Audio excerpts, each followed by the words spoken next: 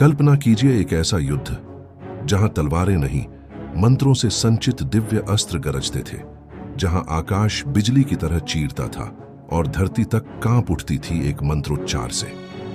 हिंदू पौराणिक कथाओं की गहराइयों में उतरते ही एक रहस्यमयी और विस्मयकारी संसार प्रकट होता है। एक ऐसा जगत जहां अस्त्र केवल हथियार नहीं थे, बल्कि देवताओं का वरदान, ऋषियों की तपस्या का फल और ब्रह्मांडीय संतुलन के वाहक थे। इन दिव्य शस्त्रों के समूह में सबसे सर्वोच्च और भयानक अस्त्र है ब्रह्मास्त्र। इसे देवताओं का अस्त्र माना गया है, जिसे स्वयं ब्रह्मा सृष्टिकर्ता ने रचा था। ब्रह्मास्त्र को अजेय और विनाशकारी कहा गया है, जिसका आह्वान अत्यंत गंभीर परिणाम ला सकता है। महाभारत और रामायण जैसे महाकाव्य ग्रंथों में इसके उपयोग का वर्णन मिलता है, जहां यह पूरी सेनाओं का संहार करने और समय व अंतरिक्ष को मोड़ देने की क्षमता रखता है। यह विनाश और सृजन की अडिग शक्ति का प्रतीक है, जो ब्रह्मांडीय संतुलन बनाए रखता है। इसके पश्चात नारायणास्त्र का स्थान आता है, जिसे भगवान विष्णु से संबद्ध किया गया है।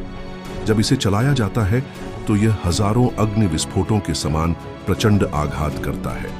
यह पापियों के हृदय को लक्ष्य करता है, यह सुनिश्चित करते हुए कि जो धर्म और ईश्वर की इच्छा के विरुद्ध है उन्हें दंड अवश्य मिले।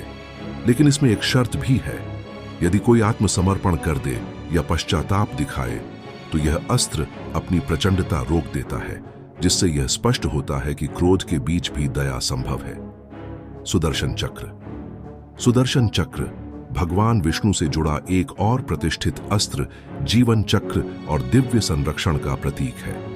यह घूमता हुआ चक्र सूर्य के ब्रह्मांडीय प्रभुत्व का प्रतिनिधित्व करता है, जो दर्शाता है कि कैसे ईश्वरीय सत्य और सटीकता से अराजकता को समाप्त किया जाता है। त्रिशूल। त्रिशूल, जो भगवान शिव द्वारा धारण किया गया है, सृजन, संरक्षण और संहार के चक्र का प्रतिनिधित्व करता है। यह शिव के जीवन और मृत्यु पर अधिकार का स्मरण कराता है और तीन लोकों, स्वर्ग, पृथ्वी और पाताल का प्रतीक है। मां दुर्गा विभिन्न शक्तिशाली अस्त्रों को धारण करती है, जिनमें प्रमुख है दुर्गास्त्र। उनके अस्त्रों का संग्रह केवल बल और सुरक्षा का नहीं, बल्कि नारी शक्ति की जीवंत ऊर्जा का प्रतीक है। वह शक्ति जो सृजन और संहार दोनों के लिए आवश्यक है, जिससे ब्रह्मांड में संतुलन बना रहता है।